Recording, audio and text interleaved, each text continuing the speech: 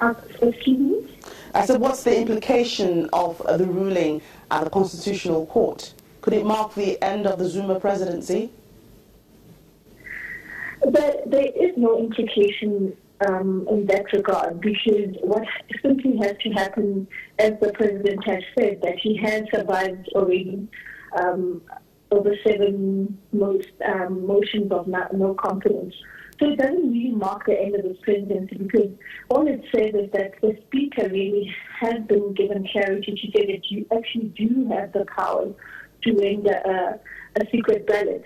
And all it says is that the speaker can either take on the decision to do so or not. Whether the president will be removed or not really lies in all the House itself voting out. Has the ANC reacted formally to this ruling by the Constitutional Court? The ANC has reacted on that.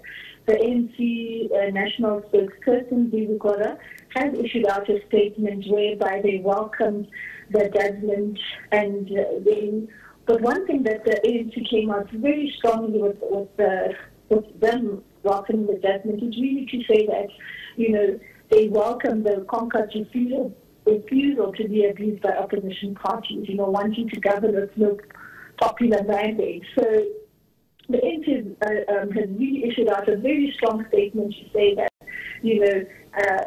the opposition parties seem to be using our courts to try and rule, or else they should actually be waiting for the opportunity to go to elections and actually win a majority so that they can appoint their own presidential candidate. But they have welcomed the ruling that has been passed by the court.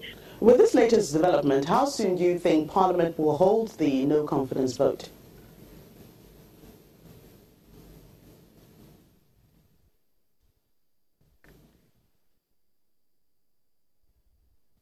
Hello? I said, with this latest development, how soon do you think that the Parliament will hold the no confidence vote against the President?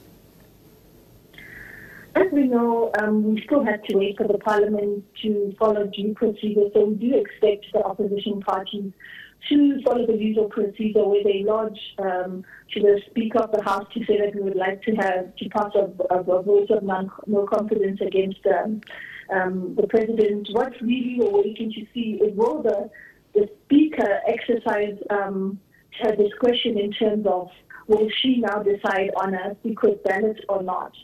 So that would really depend on the parliamentary processes, which as South Africans we have no doubt that the opposition party will really put through another motion, and then we'll see how Parliament votes. Lebohang Chaka, thank you for your time on Network Africa. Still in Southern Africa, Zambians are anxiously watching the case of opposition leader Hakainde Hichilema, who is set to face trial at a high court on treason charges.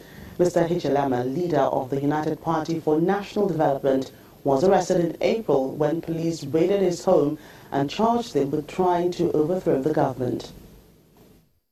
27-year-old Siwalaji Sinkala has a diploma in human resources and business management. Unable to find a job in his field, he started a metal fabrication workshop 2 years ago in Zambia's capital, Lusaka.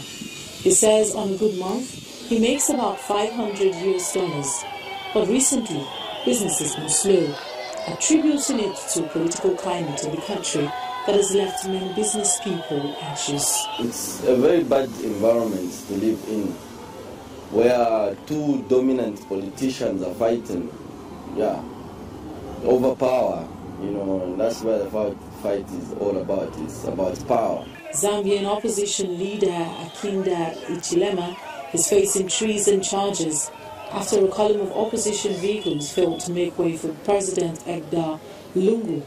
He has been held in maximum security facility outside of Lusaka. The case strokes political tension in what is regarded as one of Africa's most stable and functional democracy following a disputed election last year. Sinkala seemed to think that the government's priorities are misplaced. See where we come from. If you see where we come from, you wouldn't believe that there is a government Now he's saying it's for the people. If the government is for the people, why are people suffering? Why are there no jobs?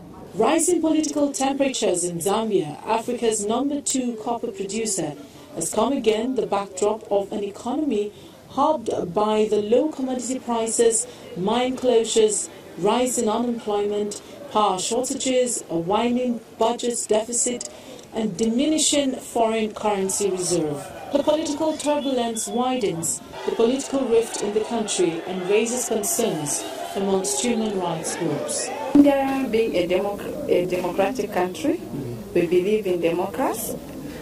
And as for me, myself, I don't think there's democracy anymore. I'm a youth, and I've got the right to choose which party to support. But it's like we are not allowed to. Ichilema's case is awaiting its allocation to a High Court judge, who will then set the date for trial. He was arrested in April with 5 others.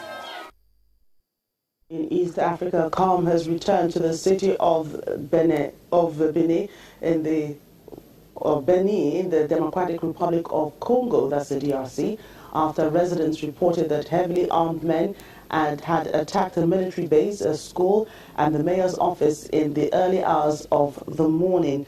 The group then took over the main radio station in the city for an hour before the army recaptured it.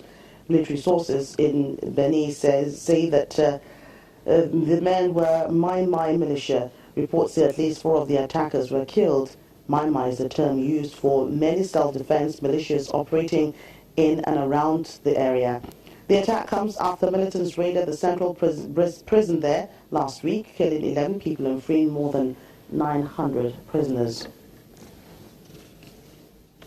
Meanwhile, after new allegations of sexual abuse emerged, the Democratic Republic of Congo has decided to withdraw its peacekeeping troops from the Central African Republic. This comes after a United Nations review says that there were systemic commands and control problems in the Congolese deployment. A contingent of 140 police from Congo will, however, remain in the CAR. The UN force has been plagued by accusations of sexual abuse perpetrated by troops from various countries. DR Congo has more than 600 troops in its neighboring country as part of a 12,000-strong UN mission known as MINUSCA. Still to come on Network Africa. Libyan Prime Minister Fayez al-Sarraj and NATO Secretary General Jens Stoltenberg hold security talks in Brussels. Back in a moment.